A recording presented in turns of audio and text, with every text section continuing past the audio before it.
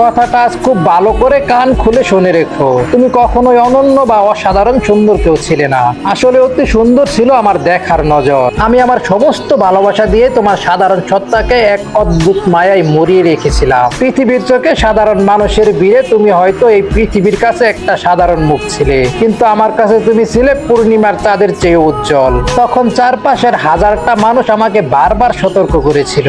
তারা চিৎকার করে বলেছিল যে আমার পাশে তোমাকে বিন্দু মাত্র মানায় না। তারা তোমার খুঁতগুলো আমাকে দেখাতো, আর আমি দেখতাম তোমার প্রতি আমার অসীম অনুরাগের প্রতিচ্ছবি। সেদিন আমি সবাইকে অগ্রাহ্য করেছিলাম, কারণ আমি তখন বিশ্বাস করতাম সৌন্দর্য থাকে হৃদয়ে। কিন্তু আজ যখন চোখ থেকে সেই মায়ার চশমাটা খসে পড়েছে, তখন বুঝতে পারলাম সেই লোকগুলো ভুল বলেনি। আমার ভালোবাসাটাই ছিল তোমার আসল রূপ, যা তোমাকে সবার থেকে আলাদা করে রাখতো।